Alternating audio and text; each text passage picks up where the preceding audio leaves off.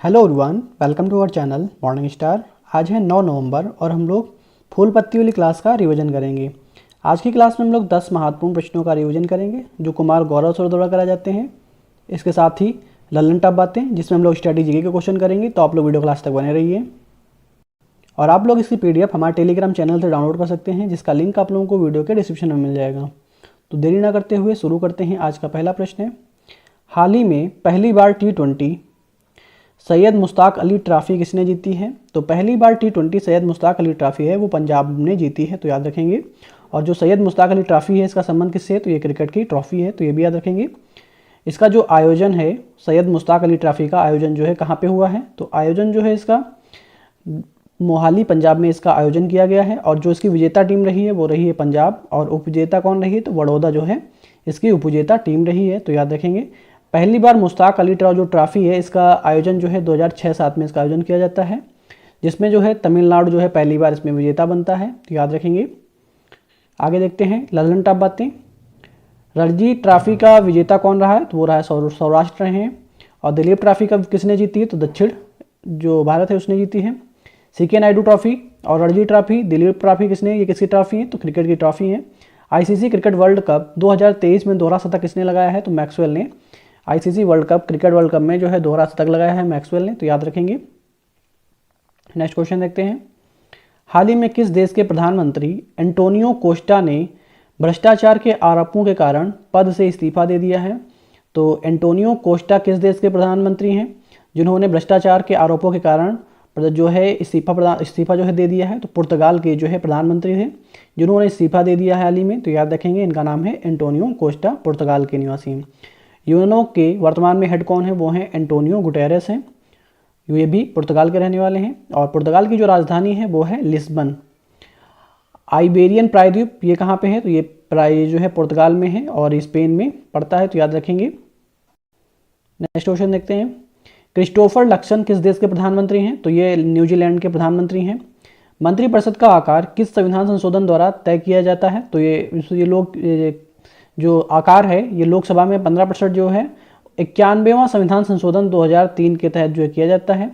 राष्ट्रपति अपना इस्तीफा की सूचना सबसे पहले किसे बताता है? तो ये जो है सूचना जो है लोकसभा अध्यक्ष को देता है। और इस्तीफा किसे प्रदान करता है? तो उपराष्ट्रपति को अपना इस्तीफा जो है प्रदान करता है राष्ट्रपति। यदि उपराष्ट्रपति अनुपस्थित रहता है तो उसकी जो है जो मुख्य न्यायाधीश हैं उन्हें जो है प्रदान करते हैं। केंद्र सरकार किसके साथ पहला रेल लिंक कोकराझार गेलफू प्रारंभ करेगा? तो जो है केंद्र सरकार के द्वारा जो पहला रेल लिंक है वो कोकराझार गेलफू किसके साथ प्रारंभ करेगा? तो ये भूटान के साथ में प्रारंभ करने वाला है। और भूटान की जो राजधानी है थिम्पू भूटान की राजधानी है। और भूटान कितने जो राज्य हैं उनके साथ में सीमा साझा करता है? तो पश्चिम बंगाल, सिक्किम, असम और अरुणाचल प्रदेश के साथ में भूटान जो है सीमा साझा करता है, तो याद रखेंगे पश्चिम बंगाल, सिक्किम, असम और अरुणाचल प्रदेश के साथ में सीमा साझा करता है। मैत्री पाइपलाइन भारत और बांग्लादेश के बीच में। Silver line project Kerala. Vande Bharat train का निर्माण जो है इंटीग्रल कोच फैक्ट्री चेन्नई में इसका निर्माण किया गया है वंदे भारत ट्रेन का, तो याद रखेंगे। नेक्स्ट क्वेश्चन हम लोगों का, हाल ही में किस राज्य के जिम्मेदार पर्यटन मिशन को ग्लोबल रिस्पॉन्सिबल टूरिज्म अवार्ड 2023 प्राप्त हुआ है? तो जिम्मेदार पर्यटन मिशन को ग्लोबल रिस्पॉन्सिबल टूरिज्म अवार्ड 2023 जो है केरल राज्य के लिए प्रदान किया गया है। और एस्वासिनी देश जिसमें है वो है साउथ अफ्रीका महाद्वीप है, कॉन्टिनेंट है इसमें, तो याद रखेंगे। रैमन मैग्सेसे अवार्ड किसे प्रदान किया गया है? तो डॉक्टर रवि कन्नन को जो है रैमन मैग्सेसे अवार्ड प्रदान किया गया। और जो पहला रैमन मैग्सेसे अवार्ड था वो विनोबा भावे को प्रदान किया गया था। साहित्य का नोबेल पुरस्कार जान फासे को प्रदान किया गया है और ये जो है नॉर्वे में प्रदान किया गया है। 53वां दादा साहब फाल्के अवार्ड वहीदा रहमान को। और जो पहला दादा साहब फाल्के पुरस्कार था वो किसे प्रदान किया गया था? तो देविका रानी को प्रदान किया गया था। विश्व बौद्धिक संपदा संकेतक रिपोर्ट 2022 के अनुसार सर्वाधिक पेटेंट आवेदन करने वाला देश कौन सा है? तो वर्ल्ड इंटेलेक्चुअल प्रॉपर्टी संकेतक रिपोर्ट के जो 2022 के अनुसार सर्वाधिक पेटेंट आवेदन करने वाला जो देश है वो है चीन। और दूसरे स्थान पे है अमेरिका और तीसरे स्थान पे है जापान, तो याद रखेंगे पहले स्थान पे है चीन, दूसरे स्थान पे अमेरिका और तीसरे स्थान पे है जापान। और ट्रेडमार्क फाइलिंग में जो पहला स्थान है वो किसका है? तो ट्रेडमार्क फाइलिंग में पहला स्थान है चाइना का। औद्योगिक डिजाइन, तो औद्योगिक डिजाइन में पहला स्थान है चीन का, तो ये भी याद रखेंगे। चुरपी पनीर ये जो जीआई टैग है किसे प्रदान किया गया है, तो अरुणाचल प्रदेश के लिए जीआई टैग प्रदान किया गया है। उस्ता कला जीआई टैग किसे प्रदान किया गया है, तो राजस्थान को। बसोली पेंटिंग्स के लिए जीआई टैग ये जम्मू कश्मीर राज्य के लिए प्रदान किया गया है। हाल ही में चर्चा में रहे मोवेमंट डू 23 मार्च M23 विद्रोहियों का संबंध किससे है, तो मोमेंट डू 23 मार्च M23 विद्रोहियों का जो संबंध है वो कांगो लोकतांत्रिक गणराज्य से इनका संबंध है। और कांगो लोकतांत्रिक जो गणराज्य है इसकी राजधानी है किंशासा। और भूमध्य रेखा को 2 बार काटने वाली नदी कौन है, तो वो है कांगो नदी, तो याद रखेंगे। और कर्क रेखा को 2 बार काटने वाली नदी कौन है, तो वो है माही नदी। मकर रेखा को 2 बार काटने वाली नदी है लिम्पोपो नदी। मीठे पानी की झील कौन सी है, तो वो है सुपीरियर झील। अफ्रीका महाद्वीप की सबसे बड़ी झील कौन सी है, तो अफ्रीका महाद्वीप की सबसे बड़ी जो झील है वो है विक्टोरिया झील। नेक्स्ट क्वेश्चन हम लोगों का, हाल ही में एक माह में 16.1 मिलियन टन का सर्वाधिक कार्गो संभालने वाला भारत का सबसे पहला बंदरगाह कौन सा है, तो 16.1 मिलियन टन सर्वाधिक कार्गो संभालने वाला भारत का पहला बंदरगाह जो है मुद्रा बंदरगाह गुजरात में है, जो है 16.1 मिलियन टन कार्गो संभालने वाला भारत का पहला बंदरगाह बना है। निर्यात में पहला स्थान किस बंदरगाह का है, तो जामनगर गुजरात का है, तो याद रखेंगे। चाबहार बंदरगाह कहाँ स्थित है, तो ये ईरान में स्थित है। और दुक्कम बंदरगाह ये है ओमान में। ग्वादर बंदरगाह तो ये है पाकिस्तान में।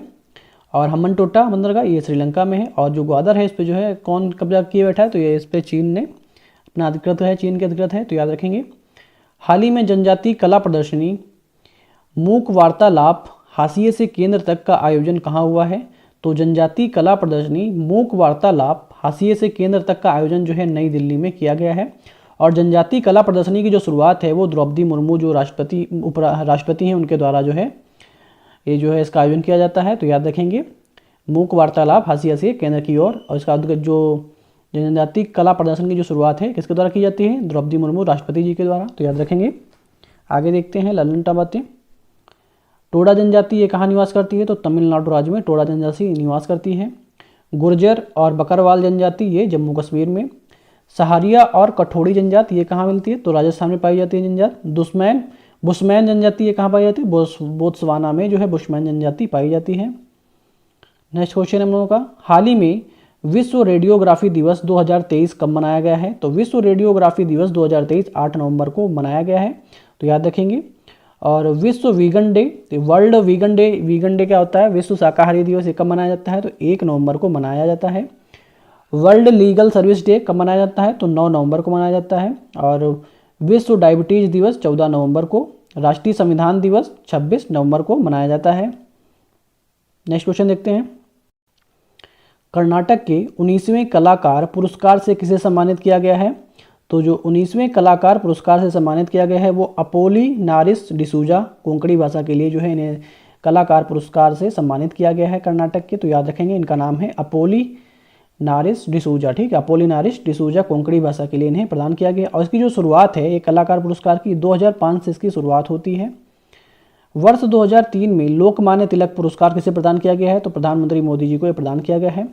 सर्वश्रेष्ठ राज्य का भूमि सम्मान पुरस्कार किसे प्रदान किया गया है, तो उड़ीसा राज्य को। राष्ट्रीय स्मार्ट सिटी पुरस्कार में पहला स्थान किसे प्राप्त हुआ है, तो इंदौर को जो है पहला स्थान जो है प्राप्त हुआ है। और स्मार्ट राज्य में किसे प्राप्त हुआ है, तो वो जो है मध्य प्रदेश राज्य को।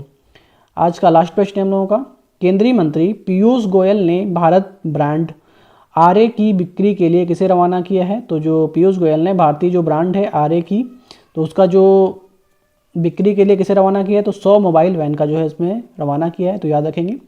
तो अभी हम लोग प्रीवियस डे का रिवीजन करेंगे, तो आप लोग वीडियो क्लास तक बने रहिए। पहला प्रश्न हम लोगों का, अंतर्राष्ट्रीय सौर संगठन का 95वां नवीनतम सदस्य कौन बना है, तो अंतर्राष्ट्रीय सोलर अलायंस का जो नवीनतम सदस्य बना है 95वां वो बना है चिली। और जिसका उद्देश्य क्या है, सौर ऊर्जा को बढ़ावा देना इसका उद्देश्य है। इंटरनेशनल सोलर अलायंस की जो स्थापना होती है 2015 में भारत और फ्रांस ने इसकी स्थापना की थी। स्थापना होती है पेरिस में। और इसका हेडक्वार्टर भारत में कहाँ बनाया जाता है, तो गुजरात हरियाणा में जो है गुरुग्राम हरियाणा में इसका जो है हेडक्वार्टर बनाया जाता है, तो याद रखेंगे इंटरनेशनल सोलर अलायंस का जो हेडक्वार्टर वो कहाँ है, तो गुरुग्राम हरियाणा में। नेक्स्ट क्वेश्चन देखते हैं, हाल ही में चर्चा में रही वैश्विक बोगोटा घोषणा पत्र का संबंध किससे है, तो वैश्विक बोगोटा घोषणा पत्र का संबंध जो है रिवर डॉल्फिन से संबंध है इसका, जिसमें 11 देश शामिल हैं, भारत भी इसमें शामिल है। और बोगोटा जो है कोलंबिया की राजधानी है, तो ये भी याद रखेंगे। सुल्तान जोहर कप 2023 भारतीय हॉकी टीम ने कौन सा पदक जीता है? तो सुल्तान जोहर कप 2023 भारतीय हॉकी टीम ने जो है इसमें कांस्य पदक जीता है। और जो गोल्ड मेडल किसने प्राप्त किया है? तो जर्मनी ने इसमें गोल्ड मेडल प्राप्त किया है और सिल्वर मेडल ऑस्ट्रेलिया ने प्राप्त किया है, तो याद रखेंगे। और जो ब्रॉन्ज मेडल भारत ने के द्वारा प्राप्त किया गया है। सुल्तान जोहर कप 2023 जो है ये हॉकी का खेल होता है और ये 11वें नंबर का क्रम है जिसमें 8 टीम ने भाग लिया है। आयोजन जो है तमन दया हॉकी स्टेडियम ने जो है इसका आयोजन किया गया है। हाल ही में making our future new direction for human development in Asia and the Pacific report किसने जारी की है? तो making our future new direction for human development in Asia and the Pacific report जो है यूएनडीपी के द्वारा जारी की गई है। यूएनडीपी संयुक्त राष्ट्र विकास कार्यक्रम है जिसका हेडक्वार्टर है न्यूयॉर्क अमेरिका में। यूएनईपी का जो हेडक्वार्टर है वो कहाँ स्थित है? तो नैरोबी केन्या में इसका हेडक्वार्टर स्थित है। ग्लोबल इकोनॉमिक आउटलुक रिपोर्ट कौन जारी करता है? तो आईएमएफ जारी करता है। लॉजिस्टिक परफॉर्मेंस इंडेक्स जो है वर्ल्ड बैंक के द्वारा जारी की जाती है। हाल ही में चर्चा में रहे ऑपरेशन ऑल क्लियर का संबंध किससे है? तो ऑपरेशन ऑल क्लियर का संबंध है भूटान से। और जो भूटान के नरेश हैं नामग्याल वांगचुक, ये जो है पहली बार असम आ रहे हैं इसमें जो है। तो इससे पहले जो है असम में कोई नहीं, असम और भूटान का जो है विवाद चल रहा था जिसके तहत कोई भी यहाँ का जो राजा था यहाँ पे असम नहीं आते थे, तो इस बार ये पहली बार आए हैं। ऑपरेशन अजय, इजराइल में फंसे हुए भारतीयों को निकालने के लिए ऑपरेशन अजय चलाया गया है। ऑपरेशन कावेरी, सूडान में फंसे हुए भारतीयों को निकालने के लिए। ऑपरेशन करुणा, म्यांमार में। ऑपरेशन मेघदूत, सियाचिन में 1984 में चलाया गया। नेक्स्ट क्वेश्चन है, हाल ही में वायु गुणवत्ता की निगरानी के लिए एटमैन उत्कृष्टता केंद्र किसने लॉन्च किया है? तो एटमैन उत्कृष्टता केंद्र जो है आईआईटी कानपुर के द्वारा लॉन्च किया गया है। और एटमैन का फुल फॉर्म होता है advance technology for monitoring air quality indicator, ये इसका फुल फॉर्म हो जाता है। नेक्स्ट क्वेश्चन देखते हैं, हाल ही में लीप अहेड पहल किसने प्रारंभ की है? तो लीप अहेड पहल जो है इलेक्ट्रॉनिक्स और प्रौद्योगिकी मंत्रालय के द्वारा प्रारंभ की गई है जिसके मंत्री हैं अश्विनी वैष्णव।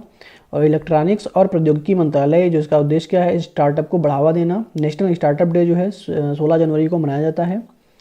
हाल ही में भारत में 100% FDI प्राप्त करने वाली पहली रक्षा कंपनी कौन सी है? तो वह है सैप कंपनी। और जो सैप कंपनी है ये स्वीडन की कंपनी है। सैप कंपनी का कार्य क्या है? तो रॉकेट निर्माण करने वाली ये कंपनी है और ये पहली रक्षा कंपनी है। हाल ही में भारतीय सेना ने चाणक्य रक्षा संवाद 2023 कहाँ आयोजित किया है? तो जो चाणक्य रक्षा संवाद है ये 2023 ये जो है नई दिल्ली में सर मानेकशॉ सेंटर में जो है इसका आयोजन किया गया है। और जो इसकी शुरुआत है वो इंडियन आर्मी के द्वारा इसकी शुरुआत की जाती है जिसमें 6 सत्र जो है आयोजित किए जाएंगे। प्रतिवर्ष राष्ट्रीय कैंसर जागरूकता दिवस कब मनाया गया है? तो राष्ट्रीय जागरूकता दिवस जो है 7 नवंबर को मनाया जाता है। मैडम क्यूरी के जन्मदिन पर यह मनाया जाता है। और मैडम क्यूरी जो है नोबेल पुरस्कार विजेता हैं, याद रखेंगे। विश्व कैंसर दिवस कब मनाया जाता है? तो 4 फरवरी को विश्व कैंसर दिवस मनाया जाता है। बाल दिवस और डायबिटीज दिवस 14 नवंबर को मनाया जाता है। विश्व शौचालय दिवस 19 नवंबर को मनाया जाता है। संविधान दिवस 26 नवंबर को और राष्ट्रीय दुग्ध दिवस 26 नवंबर को, तो याद रखेंगे। नेक्स्ट क्वेश्चन देखते हैं आज का। लास्ट क्वेश्चन है, IOC ने 148 करोड़ रुपए में मार्केटर पेट्रोलियम का जो है अधिग्रहण किया है, तो याद रखेंगे इंडियन ऑयल कॉर्पोरेशन ने 148 करोड़ रुपए में मार्केटर पेट्रोलियम का जो है अधिग्रहण कर लिया है, तो याद रखेंगे। आई होप आप लोगों को वीडियो पसंद आया होगा। वीडियो पसंद आया हो तो वीडियो को लाइक करें और चैनल को सब्सक्राइब करें और वीडियो को ज़्यादा से ज़्यादा शेयर करें। Okay, thank you guys.